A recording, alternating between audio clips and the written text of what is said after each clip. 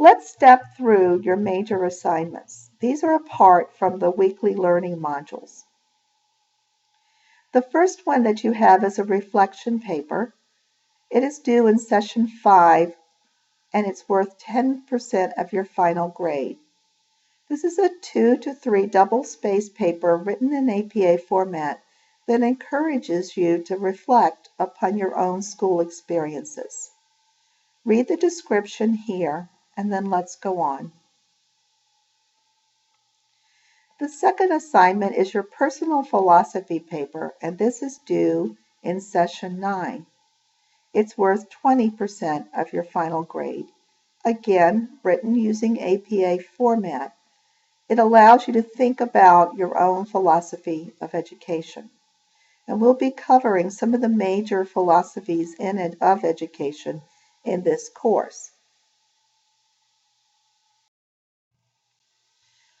The third assignment is actually the weekly discussion questions or weekly assignments, and I want to spend a minute or two talking about the discussion postings.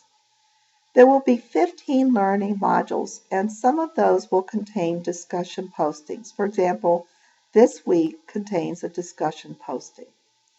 Altogether, these 15 assignments or discussion postings are worth 30% of your final grade. If you have a posting, I want to emphasize that it's very important to understand how to do this. A posting is more than an informal chat. It's a thoughtful discussion of what we're reading, and so it requires some planning. Each week, I will post the discussion question by 10 a.m. on Monday morning, and the whole thing will be due by the following Sunday at midnight. In addition to the discussion posting, there is a lesson plan that is due during session 12. I'll be talking more about how to create a lesson plan. However, you can see some of the template here. More information will be provided about this lesson plan in upcoming weeks. It is worth 15% of your grade.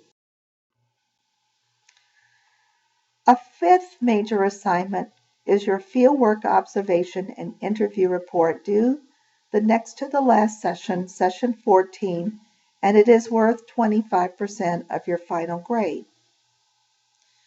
It really is an assignment that helps you pull together everything you have learned in the course. You're going to select 2 schools. You're going to submit an observation form that will be available on the course site that asks permission to observe at these schools. You're going to select a topic of interest, and you're going out to these 2 schools, and you're observing, you're interviewing for 10 hours of total, and then you're going to analyze your observations and write a paper about it. Much more information will be provided on this assignment, but for right now, you should start thinking about what 2 schools you would like to go out and do your observations and interviews for your field work. When you're doing an assignment, it's important to understand if there's a grading rubric associated with the assignment. For example, here is the fieldwork observation and interview report. This is the rubric I will use to grade your assignment. What I suggest to students is to print the rubric out, keep it by you as you're doing your assignment, and evaluate yourself using the rubric. This way, there are no surprises in the grading process.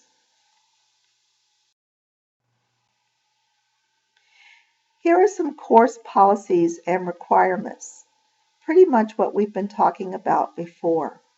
I will leave you to read those for yourself in the syllabus.